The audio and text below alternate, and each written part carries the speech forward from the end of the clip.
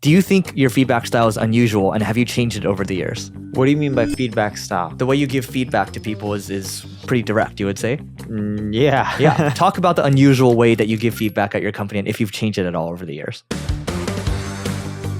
I was talking to someone the other day and she knew I was getting frustrated. She was telling me, she's like, Neil, the problem with you is if you're not working with someone who is really smart, and she's not saying I'm smart, or she's implying it. I'm not saying that's true. If you're not working with someone who's really smart, you just don't get along with them and you don't have the patience and you're just ready to figure it out some other way. True. And I was like, you probably have a good point. But yeah, I've always been direct. The reason I love working with her specifically is she's smart. And when I try to make a change or want to do something, she'll provide me data really quickly and tell me if something, how much it can hurt the business based on the change I want to make or how much it could help. So in essence, she's learned how to really work with you and what you like and what you don't like. Yeah, but I don't work with her much at all. Like I would say over a course of a year, on a normal year, I may only have 3 hours worth of conversations with her. That's a lot. For the year. For the whole year. Okay, that's not a lot. That's not a lot. Yeah. The reason why I bring this up is because maybe a younger version of me in my mid-20s or so, I would care about what people think, right? And so what would happen is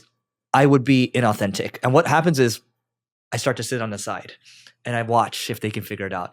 And the longer I wait, the more pissed off I get. I get more and more pissed off. I just wait. And then I just explode, right? And then, then the intensity comes out. The change now, I would say in our 30s or so, you've been doing it consistently, but I realized I'm just like, someone might cry, someone might quit, someone might get emotional, but I'm not going to not be me. I'm going to be authentic, right? And we talked about it with my team recently. And then actually we had a meeting because someone's like, oh, I'm worried about, Eric's feedback style rubbing people the wrong way and people quitting. And actually 2 people that have worked with me for a while that really understand me was like, for one, you guys shouldn't try to protect people from Eric. Okay, that's wrong in an organization. I'm sure people have tried to protect the organization from you before, maybe, right? Yes. That's not the right way. Still probably to this day. Yeah. And I think that's actually the wrong thing to do, right? Because that sets a precedent, keep people away from Neil. No, he's just trying to help. You have no other incentive than to just help the company. Yes, and when I help or when you help, we don't think it makes the person that we're helping look bad. We're just trying to accomplish the goal, and we look at it as one big team and it benefits everyone. And people take it, if Neil or Eric, right, we have separate companies, but still they look at founders in general. If they had to help someone didn't do their job. And we don't look at it that way. I was talking to someone the other day and I was like, we really want this person. Because they're like, I got this amazing person we want to end up hiring. And they're like, they're 50-50.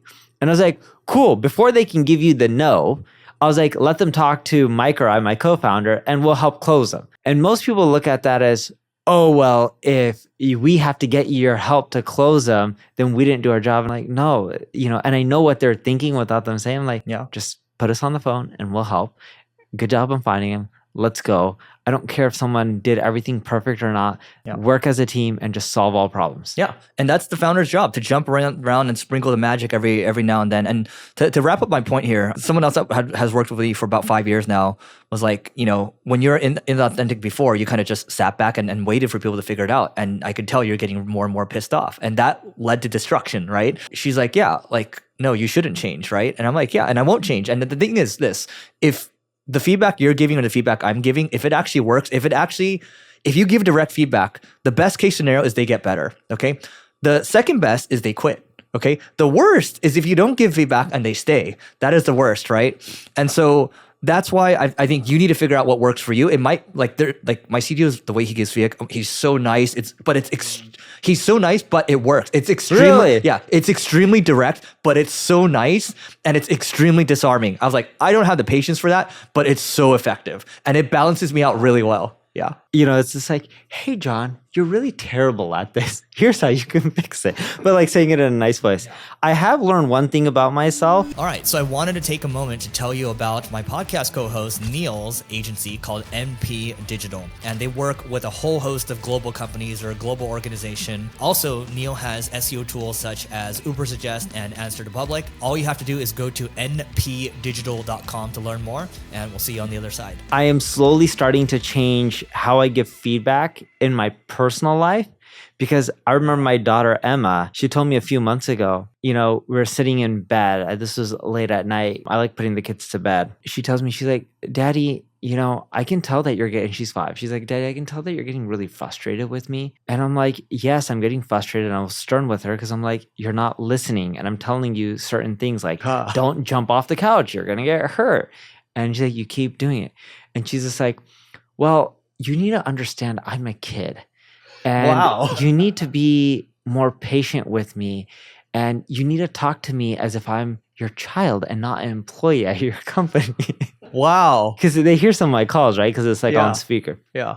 And I have a habit. I never really hold the phone to my ear. I'm always on speaker. Yeah. And I'm like, you are right. I need more patience because I feel bad. She's 1,000% right. Right? Yeah. And then I'm like, but you also need to listen once I tell you something once or twice because I'm telling you for your own good. And she's like, I'll try, but you also need to understand I'm a kid and sometimes I just can't help myself and do what I want to do even if you don't like it. Wow.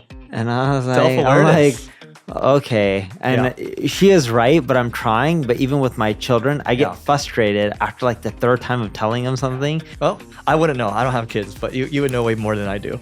All right, that's it for today, guys. Please don't forget to rate, review, subscribe. Go to marketingschool.io/agency to learn more about the Agency Owners Association to grow faster. And we'll see you tomorrow.